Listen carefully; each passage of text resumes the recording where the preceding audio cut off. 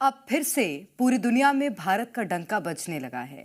भारत को एक बड़ी सफलता मिली है। भारत अब दुनिया की चौथी सबसे बड़ी अर्थव्यवस्था बन गया है।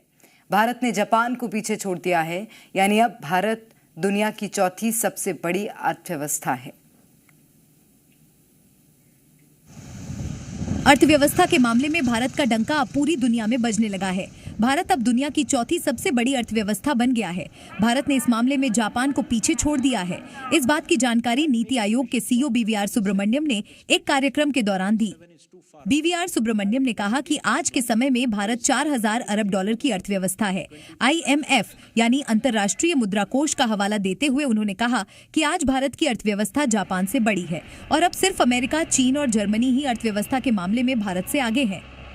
इतना ही नहीं, नीति आयोग के सीईओ ने यह भी कहा कि अगर हम अपनी योजना और विचारों पर टिके रहे तो अगले 2.5 से 3 सालों में हम तीसरी सबसे बड़ी अर्थव्यवस्था बन जाएंगे।